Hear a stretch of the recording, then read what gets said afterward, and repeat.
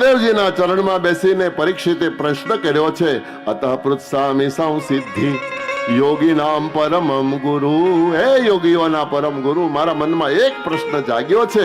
પુરુષે યત કાર્ય મ્રિયમાણસ્ય સર્વથા. સુખદેવજીના ચરણમાં બેસીને પરીક્ષિત પ્રશ્ન કરે છે. શું પ્રશ્ન કરે છે? કે મૃત્યુના કાંઠે બેઠેલા માનવનું પરમ કર્તવ્ય કયું?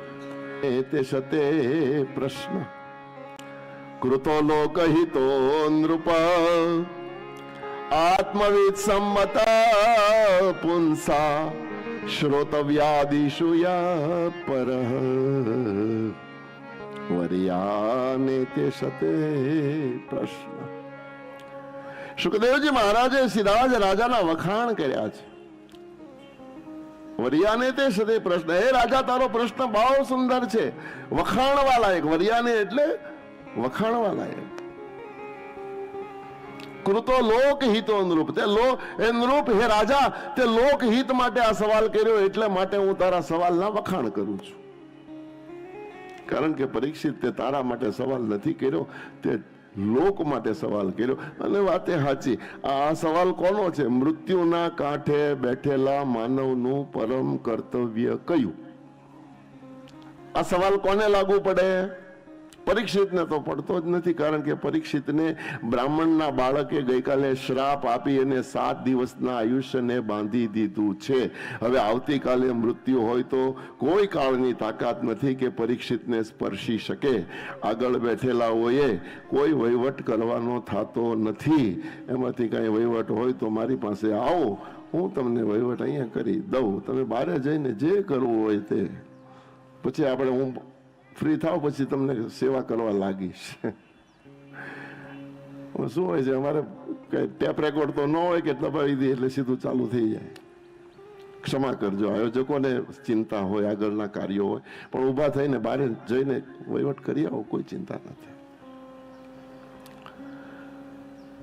તો આ પ્રશ્ન પરીક્ષિતનો નથી, આ પ્રશ્ન આપણો બધાનો છે. હું કહેવા એ માંગુ છું, આપણે બધા મૃત્યુના કિનારે બેઠા છીએ.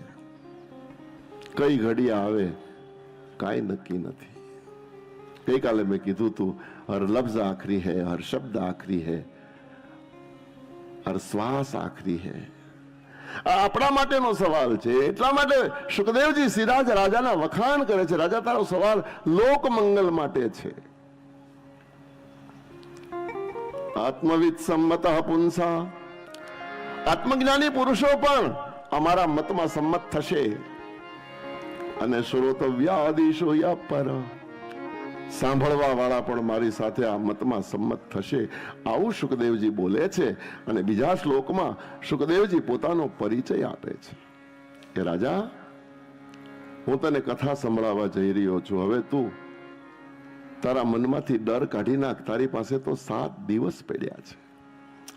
ઇદમ ભાગવતમ નામ પુરાણમ બ્રહ્મ સંમિતમ અધીતવાન દ્વાપરાદો પિતુર્દ્વૈપાયનાદહમ ઇદમ ભાગવતમ. જે કથા હું તને કહેવા જઈ રહ્યો છું એ કથાનું નામ ભાગવત છે. અને પુરાણના નામે આ સંસારમાં પ્રસિદ્ધ છે. બધા જ લોકો એને જાણે છે. ભાગવત પુરાણ તરીકે ઓળખે છે. પુરાણમ બ્રહ્મ સંમિત. પાછળનો શબ્દ સમજવા જેવો છે. સુખદેવજી કહે છે પુરાણ, પણ એમાં બ્રહ્મ સંમિલિત છે. તો આને માત્ર થીસીસ કે દંતકથા નહીં સમજતો, આને કઈ ચોપડો કે પુસ્તક નહીં સમજતો. આ સાક્ષાત ભગવાન છે, સાક્ષાત બ્રહ્મ છે. શબ્દ દેહ રૂપે અંદર બિરાજિત છે પરમાત્મા. એનો એક એક શબ્દ બ્રહ્મ છે. પણ અધીતવાન દ્વાપરાદો. દ્વાપર યુગના આરંભના સમયમાં, દ્વાપર આદો કાળ, આદો એટલે શરૂઆતમાં, મારા પિતાજી વ્યાસજીની પાસે બેસીને એક ગ્રંથ હું ભણ્યો હતો અને ઈ કથા તને કહેવા જઈ રહ્યો છું. જો આ ઉત્તમ વક્તાનું લક્ષણ છે. જ્યાંથી વસ્તુ આવી હોય પહેલા કહી દે કે આ ગંગોત્રીથી નીકળી અને આ કાંઠો છે ને હું તમને આ કહું છું. આ ઉત્તમ વક્તા. અને બીજાનું પોતાના નામે ઠઠાડે, એને હું કેવું એ નક્કી તમારે કરવાનું, એ મારે ન કરવાનું હોય. સુખદેવજી ઉત્તમ વક્તા છે. મારા પિતાજી પાસેથી ભણ્યો છું. આ ગ્રંથના રચયિતા મારા પિતાજી છે. હું તો એની પાસેથી ભણીને તારી પાસે એ કથા કહેવા માટે આવ્યો છું, પણ એ કથા નહીં સમજતો, એ બ્રહ્મ છે. હું શબ્દો દ્વારા તારા હૃદયમાં પરમાત્માને ઉતારવાનો પરિશ્રમ કરી રહ્યો છું. અને કથાકાર શબ્દની આ વ્યાખ્યા છે, કાન દ્વારા હૃદયમાં કૃષ્ણની મૂર્તિ ઉતારવાનું કામ કરે, એનું નામ છે કથાકાર. એનું નામ છે કથાકાર. કથાકાર એટલે કાન દ્વારા હૃદયમાં જે કોઈ ભગવાનના ગુણ સાંભળે ને, એ સાંભળતા સાંભળતા મારા ને તમારા હૃદયમાં એક નાની મૂર્તિ તૈયાર થાય. અને મૂર્તિ તૈયાર થતા થતા થતા એ મૂર્તિ પૂર્ણ રૂપે મૂર્તિ સ્વરૂપ બની જાય. અને એમાં એ મૂર્તિમાં જે દિવસે પ્રાણ આવી જાય, એનું નામ જ આત્મ સાક્ષાત્કાર. મારા ને તમારા હૃદયમાં એ બેઠો છે, એને પ્રગટ કરો એટલે એનું નામ જ સાક્ષાત્કાર. અને એ કથા એ જ કામ કરે છે. જે ભીતર બેઠો છે એને જાગતો કરે, એને જીવાડે, અને એ પ્રગટ થઈ જાય એટલે મારો ને તમારો જન્મારો સફળ થઈ જાય. બાહ્ય પરિચય આપ્યો. અને ત્રીજા શ્લોકમાં સુખદેવજી પોતાનો અંતર પરિચય આપે છે. પરિનિષ્ઠિતોપી નૈર્ગુણ્ય ઉત્તમ શ્લોક લીલયા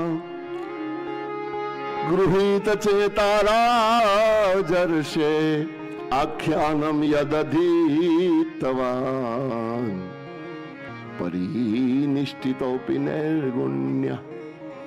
હે રાજા, હું તને મારો પરિચય આપું તો હું સંપૂર્ણ નિર્ગુણી છું, નિરાકારને માનનારો છું. સગુણ સાકાર દેહધારી હાલતા ચાલતા ભગવાન, શરીરવાળા ભગવાન હોય એ હજી સુધી મેં સ્વીકાર્યું નથી. મારું મન પણ સ્વીકારવા તૈયાર નથી. હું તો નિરાકારને માનનારો, વ્યાપકને માનનારો, પણ પરિનિષ્ઠિતોપી નૈર્ગુણ્ય, મારી સંપૂર્ણ નિષ્ઠા નિર્ગુણમાં જ છે.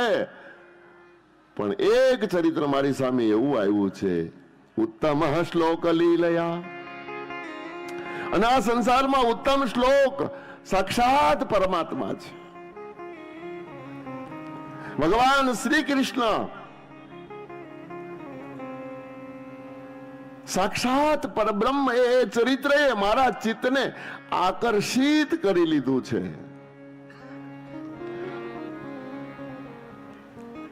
અને એવું ગ્રહિત કરી લીધું, એવું ગ્રસિત કરી લીધું કે હું નથી ઈચ્છતો કે એની કથા કરું, પણ પધારો પધારો દરેક મહેમાનોને વંદન, પ્રણામ, સ્વાગત. મહાનુભાવોને વંદન. ગૃહીત ચેતા રાજર્ષે આખ્યાનમ યદધિતવાન. રાજા, હું નથી ઈચ્છતો કે એની કથા કરું, પણ એ ચરિત્ર, એ ઉત્તમ શ્લોક પરમાત્માએ મારા ચિત્તને આકર્ષિત કરી લીધું અને એ મારી પાસે જબરજસ્તી કથા કરાવડાવે છે. હું નથી ઈચ્છતો કે એની કથા કરું. આ સુખદેવજીએ અંતર પરિચય આપ્યો. અને ચોથા શ્લોકમાં સીધું જ રાજાને દ્રષ્ટાંત આપી દીધું. પરિચય આપ્યા પછી જ્યાં પરીક્ષિતની સામે જોયું ને સુખદેવજીએ, તો પરીક્ષિત ગભરાયેલો હતો. એના ચહેરા ઉપર ગભરાટ હતો કે હાથમાં દિવસે મારે મરવાનું છે, મારું શું થશે. એ ગભરાટ જોઈ ગયા એટલે સીધું એક દ્રષ્ટાંત આપ્યું કે રાજા, તારે ગભરાવાની જરૂર નથી. તારી પાસે તો 7 દિવસ પડ્યા છે. મુક્તિ મેળવવી એ તો જીવના માટે ઘડી બે ઘડીની ઘટના છે. આવું સુખદેવજી મહારાજ સીધું જ રાજા પરીક્ષિતને દ્રષ્ટાંત આપે છે. ખટવાંગો નામ રાજર્ષે શ્રાદ્ધયેત્રામિહાયુષ મુહૂર્તાન સર્વમૃત્સૃજ્યમ ગતવાન અભયમ હરિ. ખટવાંગો નામ રાજર્ષે. જયારે જયારે ગંભીર કથા કહેતા ત્યારે સુખદેવજી પરીક્ષિતને કંઈક નામ સંબોધન કરીને કહેતા, હે રાજર્ષિ. હવે રાજા નથી કહેતા, રાજર્ષિ બનીને પરીક્ષિત બેઠો છે એટલે રાજર્ષિ કીધું, હે રાજર્ષિ ખટવાંગો નામ. આગળ ખટવાંગ નામનો એક રાજા થઈ ગયો. તમને ખટવાંગનો પરિચય આપી દઉં તો ભગવાન રામના પૂર્વજ છે. અયોધ્યાના રાજા છે, રઘુકુળના પૂર્વજ છે. ખટવાંગો નામ રાજર્ષિ આખ્યાનમ શ્રાદ્ધયેત્રામિહાયુષ મુહૂર્તાન સર્વમૃત્સૃજ્યમ. આ ખટવાંગને યમરાજ સાથે મિત્રતા હતી અને અવારનવાર ખટવાંગ સ્વર્ગમાં યમરાજને ત્યાં મહેમાની કરતા હતા અને ઘણી વખત યમરાજ ખુદ મહેમાની કરવા માટે અયોધ્યામાં ખટવાંગને ત્યાં આવતા હતા. બેયને ખાટી મિત્રતા. અને એમાં એક દિવસ 2-5 દિવસ યમરાજ રોકાણા. વાતમાંથી વાત ખટવાંગને યાદ આવી ગઈ એટલે સવાલ કરી દીધો કે મહારાજ, ઈ તો ઠીક, મારે કેટલું જીવવાનું, મને તો જરાક મારું આયુષ્ય બતાવો. એ વખતે યમરાજે ખટવાંગને કહ્યું કે હું આ વખતે જાઉં ને એટલે જઈને તરત ચોપડો જોઈ લઈશ. તારી આયુષ્ય કેટલી મને ખ્યાલ નથી, મારે જોવું પડે, ડાયરીમાં છે. સારું, જોઈને મને જાણ કરી દેજો. એ બંને વાત તો થઈ ગઈ પણ પછી બે ભૂલી ગયા. યમરાજ ગયા પછી એ ભૂલી ગયા, અહીંયા ખટવાંગે ભૂલી ગયો. મહિનાઓ વર્ષો વીતી ગયા. એક દિવસ કોઈ કારણસર ચિત્રગુપ્તા કઈ ચોપડો લઈને આવ્યા અને ચોપડો ખોલ્યો. અચાનક ખટવાંગનું જ ખાતું સામે પાનું ખુલ્યું અને ખટવાંગનું ખાતું એટલે તરત જ યાદ આવી ગયું કે મને કે જોવાનું કીધું હતું. એટલે તરત યમરાજે દ્રષ્ટિ કરી જોયું તો એ જે વખતે વાંચતા હતા એ વખતે 2 ઘડી માત્ર બાકી હતી.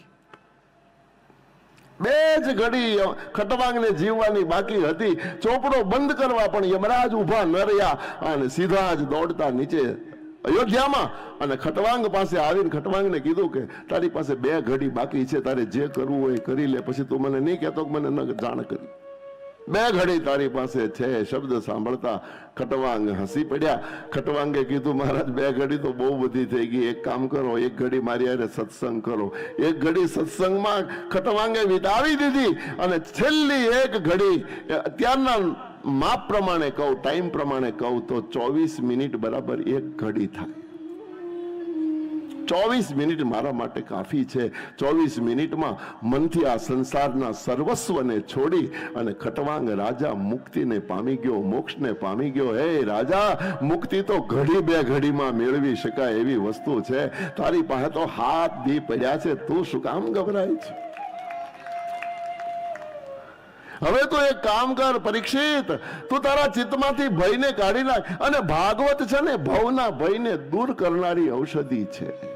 મને તમને મરવું કેમ એ ભાગવત શીખવાડે છે અને સંસારમાં જીવન જીવવું કેમ એ મને તમને રામાયણ શીખવાડે છે. હા, મરતા શીખવાડે એ ગ્રંથ, એનું નામ છે ભાગવત.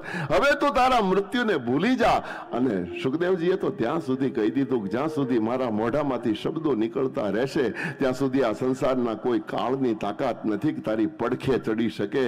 હા, જ્યાં સુધી મારા મોઢામાંથી શબ્દ નીકળે ત્યાં સુધી કોઈ તક્ષકની તાકાત નથી કે તારી પાસે આવી શકે.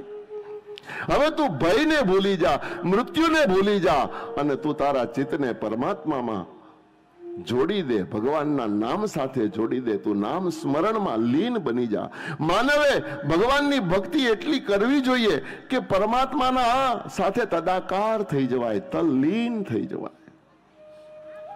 જેમ ઈયળ ભમરીનું ધ્યાન કરતા કરતા ઈયળ ભમરી બને, એમ માનવે ભગવાનનું ધ્યાન કરતા કરતા કરતા કરતા ખુદ ભગવાન બની જવું જોઈએ.